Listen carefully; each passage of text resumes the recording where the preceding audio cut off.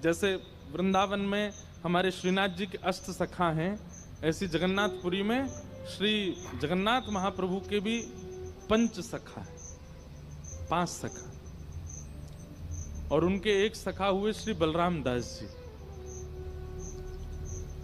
उनका कार्य था वो रोज श्री जगन्नाथ महाप्रभु के सामने बैठ करके पद गाते थे, पद सुनाते थे। एक बात तो निश्चित है, ठाकुर जी को गायन बहुत प्रिय है, और ये बात मैं हर कथा में कहता हूं कि अगर आपको कोई वाद्य बजाना आता है, अगर आपको गाना आता है, अगर आपको कोई कला आती है जिससे संसार रीझता है, उस कला का अगर आपने प्रयोग ठाकुर जी के सन्मुख कर दिया, किसी लोक रंजन के लिए नहीं, किसी व्यक्ति विशेष को रिझाने के लिए नहीं, उस कला का प्रयोग अगर ठाकुर जी को रिझाने के लिए कर दिया, तो एक नाम जापक से पहले ठाकुर जी आपको मिल जाएंगे, एक तपस्वी से पहले आपको मिल जाएंगे। लेकिन क्षमा प्रार्थी कान पकड़ के, अगर किसी को कोई कला नहीं आती है, वैसे एक बात और कह दें, संसार में एक व्यक्ति भी ऐसा नहीं जिसको कोई कला ना आती हो, वो ढूंढ ना पा रहा हो बात अलग है, हर किसी को एक कला आती है।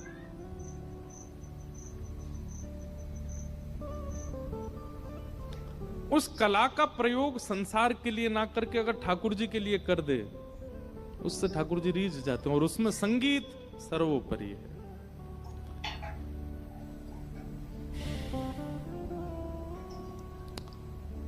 आपका गायन ठाकुर जी के लिए हो। परसों तरसों हम रात में यहाँ कीर्तिदान जी आए थे, उसके बाद हम लोग रात में बैठे, फिर गायन हुआ, तो हमको बोले आप भी कुछ सुनाओ महाराज जी। हमने अपने जीवन में पहली बार, वैसे तो गाता रहता हूँ ऐसे चलते फिरते, पर माइक पे पहली बार गजल गाई, और जब गजल गाई तो सब सुनते रह गए, और वो बोले कि आप महाराज जी गाते तो हो। मैं सत्य बता रहा हूँ, मैंने जीवन में पहली बार माइक पे कोई गजल गाई होगी। लेकिन मन में आया कि इतना क्यों भाया सबको वो स्वर, क्योंकि आज तक वो स्वर अमनिया था, उससे केवल ठाकुर जी भोग लगा रहे थे, और वही स्वर जब जगत के प्रसाद के लिए प्रस्तुत किया गया तो सबको भाने लगा, सबको अच्छा लगने लगा। ऐसे हम कभी फिल्मी गीत भी गुनगुनाते हैं ना, तो बढ़िया लगता है खूब सुनने वालों को। क्यों?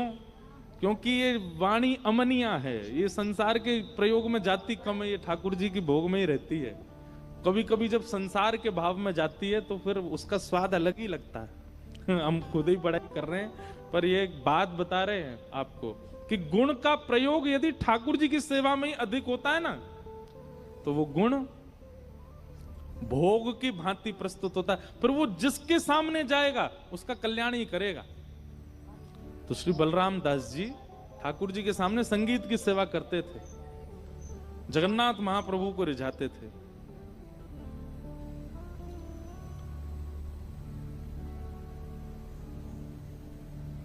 महाप्रभु जी बैठ करके इतना आनंद से श्रवण करते थे श्री बलराम दास जी को, इतने प्रसन्न रहते थे बलराम दास जी से। लेकिन ठाकुर जी जिससे बहुत प्रसन्न हो जाते हैं ना, फिर उसके कुछ समय बाद परीक्षा लेना प्रारंभ करते हैं कि ये वास्तविक है कि नहीं। और बलराम दास जी की एक परीक्षा हुई। क्या? एक दिन वो गा रहे थे और उनके गायन को पीछे खड़ी एक अत्यंत सुंदरी नृत्यांगना, एक अप्सरा, एक नगर वैश्या, और जैसे ही उसने उनका स्वर सुना बलराम दास जी का, वो उसने पूछ लिया सब पहले से, ये कितने बजे आते हैं, ये क्या क्या गाते हैं सब। अगले दिन वो श्रृंगार करके अपनी पोशाक पहन करके पूरी आई, और बलराम दास जी गा रहे थे और वो नृत्य करने लगे। उसके नूपुरों की जब आवाज बलराम दास जी के कानों में पड़ी, बोले कौन इतने ताल में नृत्य कर रहा है। पीछे मुड़ करके जैसे ही उसका रूप देखा, बलराम दास जी तो इतने प्रसन्न हो गए। आज तक तो श्री जगन्नाथ जी को देख के ही गाया था, पर आज उसको देखने लगे। आहा, क्या सुंदर नृत्य कर रही है। 1 दिन, 2 दिन, 5 दिन, 6 दिन उसके मन में, बलराम दास जी के मन में आने लगा, हे नाथ, हे जगन्नाथ भगवान, बहुत बढ़िया जोड़ी बनाई है, मैं गायक, ये नृत्य करती है, दोनों का हो जाए, आनंद हो जाए। रोज गाते। लेकिन बलराम दास जी की गायकी में अब एक विघ्न आ गया कि पहले वो महाप्रभु जी को रिझाने के लिए गाते थे, पर अब वो किस लिए गाते हैं? ये रीझे। वो नाचती नाचती वाह वाह कर जाए उसके लिए गाने लग गए। और स्थान कौन सा चुना? जगन्नाथ भगवान का मंदिर। महाप्रभु जी बोले, भैया अब इसके स्वर में हमको बिल्कुल स्वाद नहीं आता। भाई तुम्हारा संबंध है, तुम किसी के संग भी रहो, पर अब तुम गायन ही उसी के लिए करते हो, तो हमारे सामने बैठने का नाटक क्यों करते हो?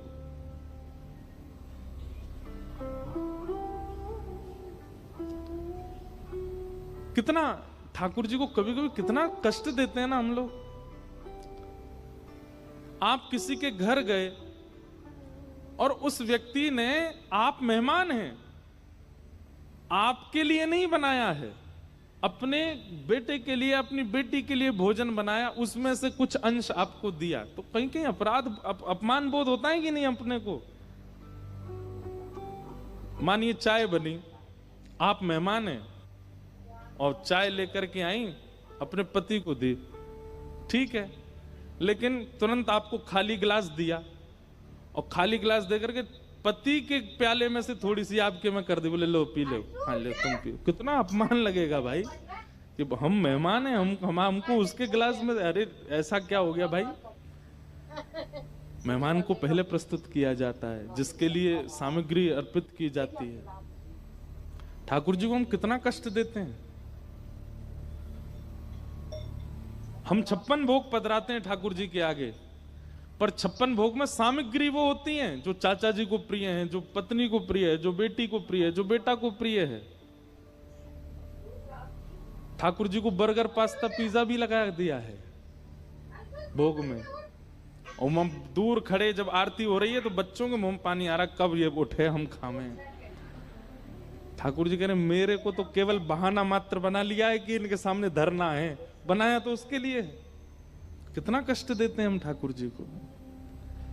इसलिए ठाकुर जी रहते ही नहीं है ऐसे स्थान पर, चले जाते हैं। बच्चे वो पाएं जो ठाकुर जी को प्रिय है, परिवार के लोगों को वो मिले जो ठाकुर जी को प्रिय है, ही रहता है।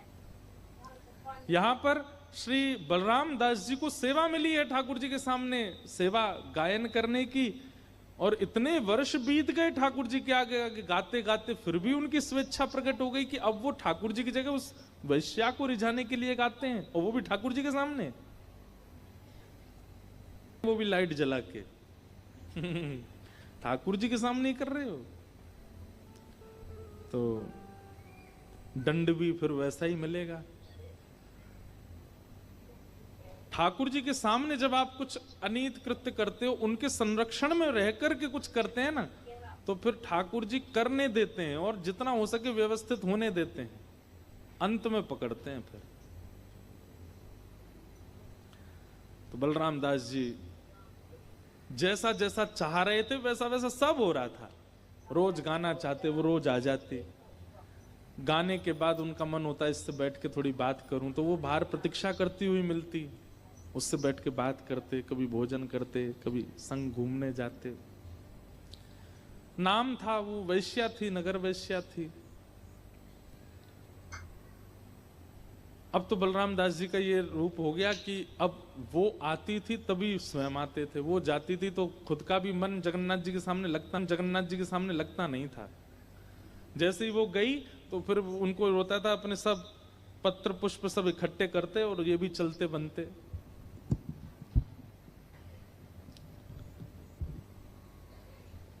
रथ यात्रा का समय धीरे धीरे पूरे जगन्नाथपुरी में हल्ला हो गया कि भाई बलराम दास जी तो अपनी स्थिति से अब बिगड़ चुके हैं। वो तो वैश्या के संग घूमते हैं, उसी के संग नाचते हैं, उसी के संग पूरी रात रहते हैं। मंदिर के सब पुजारियों ने निर्णय लिया कि भाई इस पर हमको कुछ करना चाहिए। एक तो बलराम दास जी वैश्या संग करते हैं, ऊपर से मंदिर में आके ठाकुर जी के सामने सेवा करते हैं। तो सब ने मिलकर के निर्णय किया कि इस बार की रथ यात्रा में इनको सेवा नहीं करने देंगे हम। महाप्रभु जी रथ पर विराजमान होते हैं तो सबसे पहले बलराम दास जी का पद गाया जाता है, बलराम दास जी का गायन होता, उसके बाद रथ खिंचता है। इतना बड़ा सौभाग्य था बलराम दास जी का कि रथ में विराजमान ठाकुर जी की पहली सेवा बलराम दास करेंगे, फिर रथ चलेगा। लेकिन आज पुजारियों ने कहा इनको सेवा हम नहीं करने देंगे।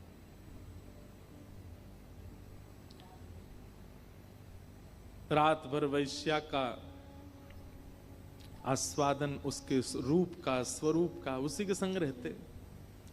लेकिन एक बात बंधुओं, भगवान गीता में कहते हैं ना, नमे भक्त्या प्रणश्यति, मैं अपने भक्त का पता नहीं क्यों एक बार मेरे सामने आ जाता है ना, एक बार मेरे चरण पकड़ लेता है, उसके बाद में अगर वो बिगड़ता भी है तो भी मैं उसका पतन नहीं होने देता। नमे भक्त्या प्रणश्यति। आप एक बार ठाकुर जी के सन्मुख हो चुके हैं, हम एक बात आपको दावे से मंच से कह रहे हैं, आप एक बार ठाकुर जी के सन्मुख हो चुके हो और उसके बाद यदि आपसे कोई अपराध बन जाता है और एक दिन आने पर आपको अपराध बोध होने लगता है कि मैंने ये अपराध किया, मैंने वैष्णव अपराध किया, या मैंने सेवा में अपराध किया, मैंने एकादशी अपराध किया, या मैंने ठाकुर जी के सन्मुख किसी के साथ छल किया, कपट किया, और आप ठाकुर जी के सामने उसको स्वीकार कर लेते हैं ना कि नाथ मुझसे ये अपराध हो गया, अब नहीं करूंगा। आप अब नहीं करूंगा बोलते हैं, आधे में ही ठाकुर जी क्षमा कर देते हैं। तू स्वीकार कर रहा है ना, बस। व्यक्ति अपने अपराध का स्वीकारीकरण ठाकुर जी के सामने करे या जिससे अपराध किया उसके सामने करे, ठाकुर जी को उसी में ही प्रसन्नता हो जाती है। ये सबसे बड़ा प्रायश्चित बताते हैं ठाकुर जी। पर प्रायश्चित कुछ ही पापों का होता है, कई पापों का प्रायश्चित नहीं होता, उसका तो फिर दंड ही मिलता है। कई पाप ऐसे हैं, किसी के बालक के साथ में दुर्व्यवहार करना, किसी स्त्री के साथ दुर्व्यवहार करना, कुकाम कुकर्म करना, उन सब का तो फिर दंड ही मिलेगा। उसके लिए आप कहो सॉरी गलती हो गई, नहीं चलेगा काम। पर कई अपराध ऐसे हैं जहां पर आपने थोड़ा छल किया है, किसी का धन लिया है, किसी के साथ किसी के बारे में कुछ गलत अफवाह फैलाई है, किसी का हृदय दुखाया है, ऐसे कुछ जो अपराध क्षमा युक्त हैं, उनमें या तो ठाकुर जी के आगे या उस व्यक्ति से अब आप अपने अपराध को मान करके क्षमा मांग लेते हैं तो ठाकुर जी आपको क्षमा कर देते हैं। उसी समय वो चैप्टर क्लोज कर देते हैं ठाकुर जी, बस अब ये दोबारा खुले ना, ये जिम्मेवारी आपकी, ये दोबारा हो ना मुझसे। आज सुबह सुबह जैसे ही डुमडुमियां बज रही थी, पूरे नगर में जय जगन्नाथ उद्घोष हो रहा था। महाप्रभु जगन्नाथ अपने अहे नील शैल प्रवनमतावरण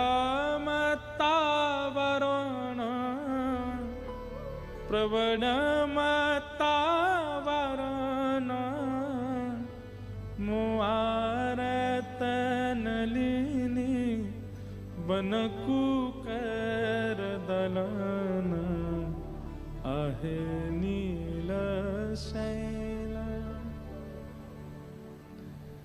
कहे साल बेग हीन जाति रे यवन। उड़िया भाषा में ये पद है। जब महाप्रभु जगन्नाथ जी रथ यात्रा के लिए आते तो मेरे रोंगटे खड़े होते हैं जब मैं ये भाव गाता हूं। पता नहीं हम कहां कहां घूम आए। महाप्रभु जगन्नाथ जी आज जैसे ही रथ पर बैठे हल्ला होने लगा, अरे बलराम दास को बुलाइए, उसके पद के बाद ही रथ यात्रा होती है। पुजारियों ने कहा नहीं, आज बलराम दास पद सेवा नहीं करेगा और आज के बाद कभी नहीं करेगा। सुबह सुबह जय घोष और डुमडुमियां बज रही थी। यहां बलराम दास जी का मन हुआ, अरे आज तो रथ यात्रा का दिन है, आज तो महाप्रभु जगन्नाथ रथ में विराजेंगे, मेरी पद सेवा होती है, उसके बाद ही रथ चलता है और मैं यहां काम आतुर होकर के विषय भोगों में पड़ा हूं। मैं यहां एक स्त्री के चक्कर में पूरी रात पूरा दिन यहीं बैठा रहता हूं, काम में लोलुप्त होकर के ठाकुर जी की सेवा छोड़ रहा हूं।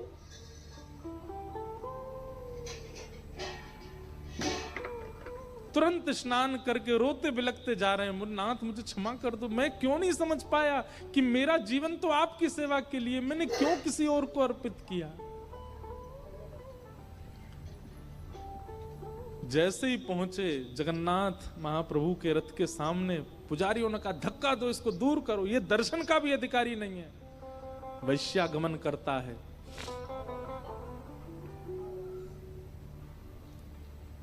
बलराम दास जी को एक झांकी भी नहीं देखने दी महाप्रभु जी की, दूर कर दिया।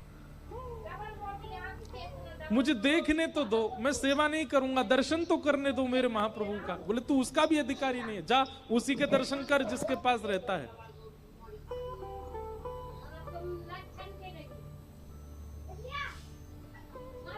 बलराम दास जी रोने लगे, मैं अपराधी हूं नाथ, जन्म से लेके आज तक एक भी रथ यात्रा ऐसी नहीं गई जिसमें आपका दर्शन नहीं हुआ, लेकिन आज अपने ही कुकर्मों के कारण आपका दर्शन नहीं कर पा रहा हूं, और ये मेरा दंड है कि मैं इस बार आपका दर्शन नहीं, मैं स्वीकार करता हूं इस दंड को। और बलराम दास जी चले गए वहां से, समुद्र के तट पर जाकर के रोने लगे, और बार बार मानो समुद्र सागर से कह रहे हैं कि एक ऐसी लहर लाइए, मुझे ले जाइए, मैं जीवित नहीं रहना चाहता। लेकिन क्या करें, तभी मन में आया अपनी सेवा तो मैं कहीं से भी अर्पित कर सकता हूं, जरूरी क्या रथ के आगे बैठूं। तभी एक बालू का, समुद्र की बालू का रथ बनाया, और उस बालूका के रथ में 2 गोल गोल लड्डू एक के ऊपर एक धर दिए, जगन्नाथ जी बन गए रथ के अंदर विराजमान करके, और 2 ऐसे गोल गोल नेत्र पधरा दिए और बैठ गए सामने हाथ जोड़ करके। बलराम दास जी अपनी नित्य की, हर साल की जो उनकी सेवा है वही करने लगे। जैसे ही सेवा प्रारंभ की बलराम दास जी ने गायन करने की, महाप्रभु जगन्नाथ जी का रथ चल पड़ा था, फिर वही हुआ, रुक गए जगन्नाथ जी, लोग खींच खींच करके हार गए, लेकिन महाप्रभु जी का रथ बढ़ा नहीं आगे। सबने दंडवत किया, बोले जय जय, आज क्या हुआ, आज आपका रथ क्यों रुक गया है? अरे हमारे यात्रा का नियम है कि जब तक बलराम दास संगीत सेवा कर नहीं देता तब तक हमारा रथ आगे नहीं बढ़ता। अरे प्रभु, आज तो उसको हमने सेवा से हटा दिया, वो वैश्यागमन करता है, उसका आचरण अच्छा नहीं है, निकाल दिया हमने, आज बलराम दास सेवा नहीं करेगा, आज आपकी रथ यात्रा ऐसे ही होगी। ठाकुर जी बोले पर सेवा तो मेरी हो रही है, बलराम दास तो पद गा रहा है और मैं सुन रहा हूं। कहां गा रहा है? यहां तो कोई बलराम, बोले यहां नहीं गा रहा है, उसने मेरा एक और रथ बनाया है और उस रथ को भी नंदी घोष रथ की तरह तैयार किया है, उसमें मेरा स्वरूप विराजमान किया है। भगवान के रथ का नाम है नंदी घोष, और उस रथ में मैं बैठा हूं और बलराम दास गा रहा है। अरे आज मैं यहां इस रथ में नहीं हूं, मेरा रथ तो वहां समुद्र के किनारे बलराम दास जी ने बनाया, वो मेरा रथ है, और आज मेरी यात्रा वहीं हो रही है, आज इस रथ में मेरी यात्रा नहीं है। पंडित जन सब कहने लगे, बोले नाथ यहाँ लाखों लोग आपके दर्शन को बैठे हैं, आप ऐसा क्यों कर रहे हैं? बोले भैया, यदि चाहते हो कि ये रथ यात्रा आगे बढ़े तो जाओ और बलराम दास को लेकर के आओ, और उससे कहो जो बालूका के उसने जगन्नाथ बनाए हैं ना, मेरा अंश उन्हीं में बैठा है, उनको लेके आवे, और उनको ला करके जब इस रथ पर विराजमान करेगा और यहां बैठ के जब वो मेरी सेवा करेगा तभी ये रथ आगे बढ़ेगा, नहीं तो नहीं बढ़ेगा। पुजारी जी बोले जय हो भगवान, जिसको पूरा विश्व दुत्कार देता है उसको आप स्वीकार करते हो। भगवान कहते हैं नमे भक्त्या प्रणश्यति, वो मेरा भक्त है, उससे गलती हो गई लेकिन वो गलती स्वीकार करता है, मेरा स्वभाव है उसको क्षमा करना। और बलराम दास जी आए, आकर के फिर उन्होंने सेवा की, और उस सेवा से प्रसन्न होकर फिर महाप्रभु जगन्नाथ जी का रथ आगे बढ़ा। कहने का इस भाव को सुनाने का क्या अभिप्राय है कि श्री ठाकुर जी अगर हमसे कोई अपराध बन जाता है, हमसे कोई दोष बन जाता है, तो ठाकुर जी के सन्मुख उसको स्वीकार करो और वचनबद्ध होकर स्वीकार करो कि पुनश्च इसकी आवृत्ति नहीं होगी नाथ, ये मुझसे दोबारा नहीं होगा। ऐसी भावना से जब आप ठाकुर जी के आगे स्वीकारीकरण करते हैं अपने अपराध का, तब ठाकुर जी क्षमा करते हैं।